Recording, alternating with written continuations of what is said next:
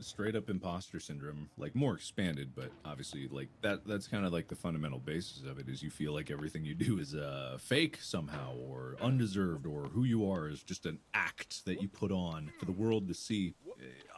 In a lot of ways, I think that it can be true because we all have like a personal self that is different when we are alone and that no one sees. And it's just like there's a kind of like a relaxation of expectations when you don't have to try to appease someone else. And maybe it's like a spillover of that concept when you go back to who you are when you are alone and you kind of feel this isolation and like, oh, I don't have to be that. But what if like that's all just an act? And I'm just like, but in reality, it's just like consciousness is a fluid state of being, and like who knows? It's just electrical signals as like conduct in your brain, and it's just like a series of chemicals being tossed around by neuroreceptors. So it's like the whole concept of like self is a nebulous concept to begin with. Yeah. So I didn't answer it at all. You might not be you. Well, that's interesting. That's an interesting point because I do think about this a lot, and I've thought about it a fair amount in the context of imposter syndrome. And I think it's really like it's hard for me to say out loud, but I do think it's really separate from that.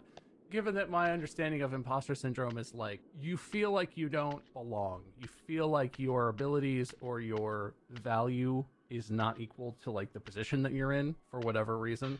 And I am not a boastful person, but I'm pretty comfortable actually. Like I feel like I'm pretty sincere about making jokes with you guys, and I feel like I'm pretty comfortable and belong here. The podcast is better that I'm on it because sometimes I have funny insights, sometimes I make jokes. The ego on this guy. I know, right?